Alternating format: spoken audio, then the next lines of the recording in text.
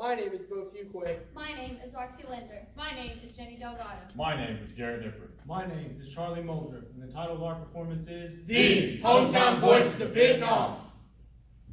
The Vietnam War was a long, costly, divisive conflict that pitted the communist government of North Vietnam against South Vietnam and its main ally, the United States. Following World War II, President Eisenhower suggested that if Vietnam fell under communist control, a domino effect would occur and the rest of Southeast Asia would follow shortly after. By 1955, Ngo Dinh Diem had taken control of South Vietnam's government.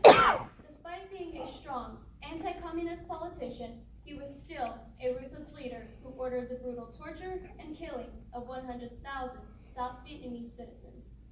Back home, President Eisenhower was faced with a difficult choice: support a corrupt government or let the communist forces of Ho Chi Minh gain control of South Vietnam. While neither choice was good, he compromised and decided to stick with our policy of containment. In the rural setting of western Oklahoma, a generation of young men were just entering middle school when the decision to fight in Vietnam was made. Little did they know, by the time they reached their 21st birthday, they'd be fighting in one of the most difficult conflicts of their lives. Growing up, I always figured I'd end up in Nam. I didn't understand why we were fighting at first, but the older I got, I knew I'd end up there. I went in the same day as Glenn, and we were pretty good buddies. I'd been called up on the draft a couple times before, but I just knew this time was going to be different. I was drafted in '66 and sent to Fort Hood and trained in infantry and helicopter assault. At the time, things were heating up in Vietnam. There was a war about to break out in Israel. We were still cleaning up our conflicts in Korea, and the civil rights and war protests were happening here at home. I knew that I could be sent to any of these conflicts, but when it was all said and done, I was sent to Vietnam. Glenn and I had been married about a year when he was drafted and sent to war. I was really scared. I worked double shifts at the cafe to keep my mind occupied. My daddy fought in World War II and came home missing an eye and a leg. What if that happened to my husband? Or worse?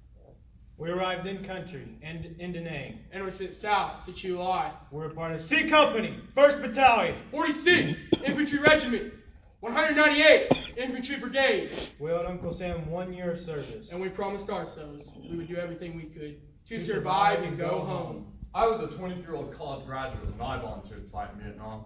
I knew I wanted to serve my country in the best possible way, so I became a helicopter pilot. I was Black Cat 2-1, and I was ready for anything. By 1966, more than 300,000 American troops were deployed to war.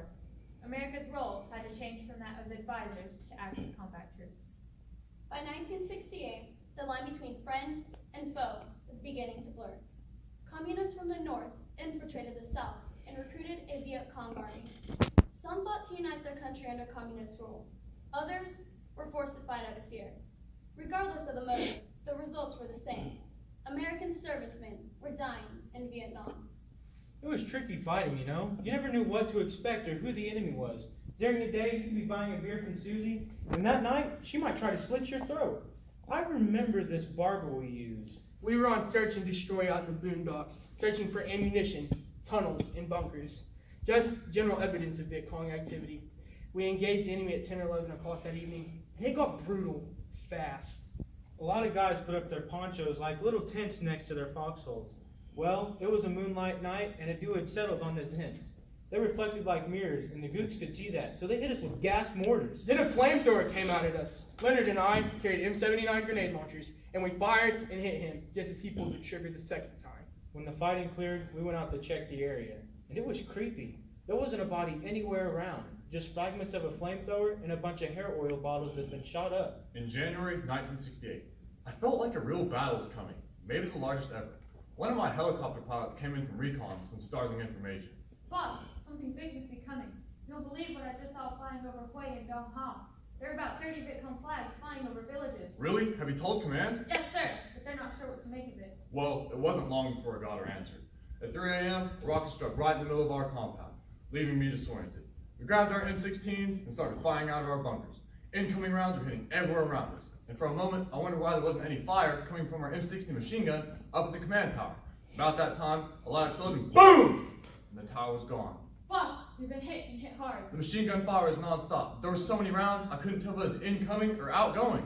All I knew was I had to get my men medevaced out of there. A Marine helicopter was coming, But I couldn't tell if we could hold out much longer. There was less than 200 of us left in the compound, and I could see a VC flag flying less than 700 meters away. And at that moment, I knew I was really scared. In Vietnam, everyone was scared. If they tell you otherwise, they're lying. There's two kinds of scared here. The good kind kept you alert and helped you survive. The other was like a coward and got you killed. Sometimes it was hard to tell the difference. While the Tet Offensive found initial success for the North, it was only 2 weeks before U.S. and ARVN forces regained lost territory. More than 200,000 new troops were ordered to mount a counteroffensive, and Americans saw the move as an act of desperation. Back home, widespread war protests broke out on college campuses and city streets. I felt bitter and angry when I watched those protesters on the news. Didn't they realize our husbands and brothers were out risking their lives for their right to protest? My family didn't ask to fight in a war halfway across the world, but they did anyway because their country asked them to. It seemed like everything changed after Tet. We were winning, and then we were ordered to pull back. It felt like we quit trying. We couldn't engage the enemy. We were just sitting around and waiting. But for what? The greatest compromise about the Vietnam War wasn't about giving up your life back home. It wasn't about giving up your safety. It was about giving up who you were, compromising your youth. I don't know a single man that went to Nam and came back as the same as going in. War has a way of growing you up in a hurry. There was a while after Glenn came home that I didn't know if he'd make it, if our marriage could survive. Don't get me wrong, I still loved him with all my heart, but he wasn't the same. He had started drinking, and I wanted to blame him, but I couldn't. It was the war that had caused this. Thank goodness we had the Lord on our side.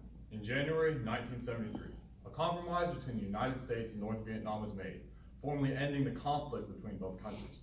However, the conflict between North and South Vietnam would continue until 1975, until South Vietnam finally fell to communist rule. When American soldiers returned home from World War II, they were greeted as heroes. Parades were held to honor the returning veterans and recognize the sacrifices they had made. But the homecoming was very different for most Vietnam veterans. They came back to find the United States torn apart by debate over the war.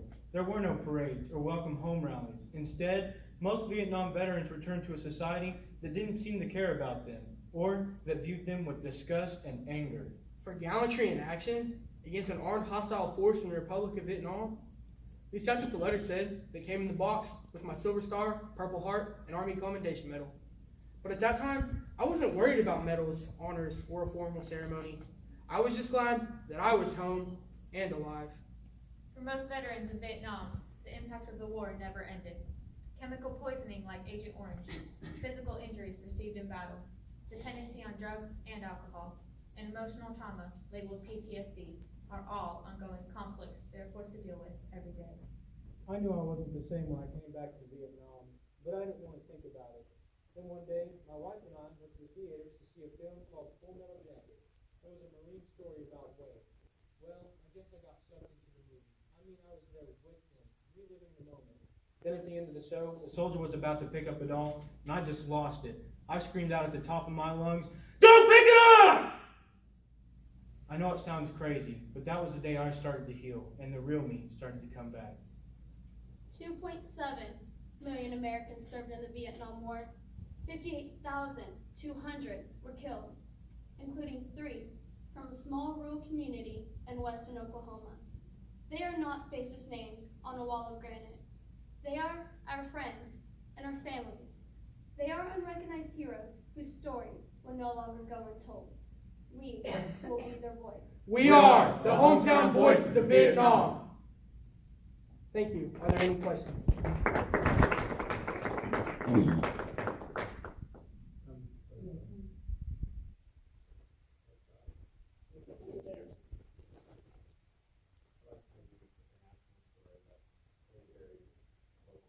That's one thing we really try to do with this, because it's so easy to chase rabbits and everything, but it's really hard to stay focused and still keep the bigger picture. And that's something we really wanted to do, and it's something we really had to strive and work to do this year. And that's been something that's been really cool.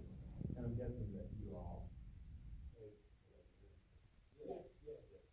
I played my grandpa, Blue Blood, and I played Leonard Smith, and we played him. I played Glenn's wife, yes, and I'm related to them by marriage, so, yeah. Really? Of course. Mhm. So I'm guessing the quotes used were direct. Yeah, Actually, sure. yeah, they were She- they were like almost directly, because their stories, they were so great that we couldn't refuse not putting them in there, right? Like, we had to. I just, because you couldn't finish all this. Are there any secondary stores this year? Yes, there are. I was trying to find it, and I didn't get to the, oh, here it is. Yeah. Okay. Oh. That's what it's on. So you have extensive research, that gives you the context and everything, and I'm taking away, because obviously the interviews are powerful. Where, you have you use 3 presidential libraries. I did Ford Nixon and LBJ's Library for Information, so would you consider that a source that you found extremely helpful, or there's something else? Because you also use the Canton record, one after another after another. That's not about them, but in general, one after another. So what would you say you got most of your other information besides the oral histories? The Canton record was a huge help. I mean, because we'd heard their interviews, but we didn't really hear a lot of other people's stories. And so by going to our history center in Oklahoma, and they had them on the archives, and so when we got to do that, that opened our eyes to a whole nother level of things that we didn't even see from the interviews. And so it helped us stay local, but it also helped to broaden our view, and that was something that we thought was very important. And that's one of our big resources. Right. So that's not from using the newspaper, but the newspapers were found that. They have them on film rolls, Yes, and we right. can swipe through them. Yes, ma'am. I just have another question. Do you know, were any of these, first of all, did you find any Army nurses or anybody in your neighborhood that you could have interviewed, the women who served, any women who were there in your area that you could have interviewed? That was my first question. We didn't, Yeah, go we ahead. didn't find any of the nurses, but we did learn that their roles were very important, 10,000 were serving as nurses, and then they helped 97% of the wounded, and they were also called donut dollies, as they would deliver donuts to some of the USOs, and that was interesting, but we didn't find. There's also, from Library of Congress, there's Veterans History Project, where anybody connected to any war will be interviewed, and it becomes part of the record of the Library of Congress. If you don't know about that, you may want to do that also.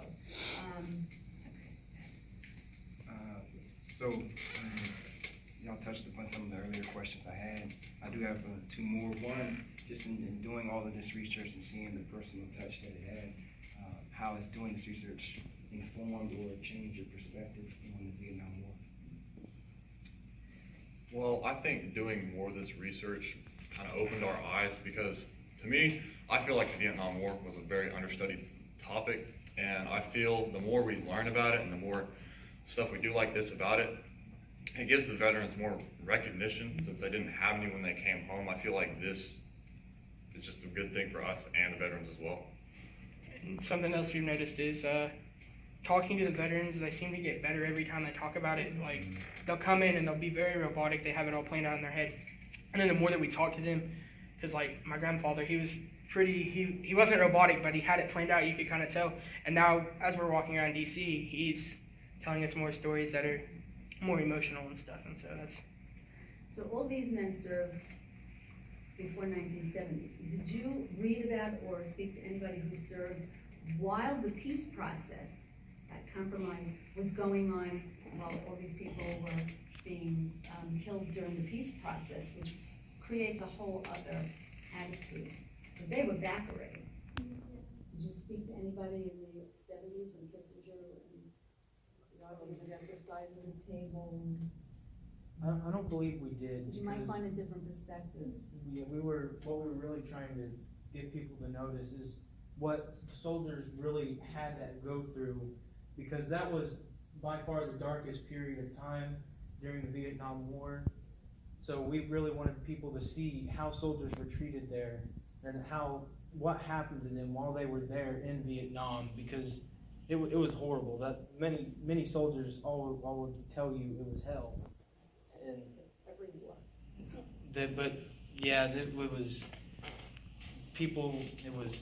They just didn't like it. And another reason we didn't really focus outside of 69 is because all of these men were there at the same time, and so that we didn't really want to get outside of that. We wanted to keep it connected, and so that's one reason we didn't really go out too much farther than through 66 through 69, because we were focusing on when the people in our community were there. So that's.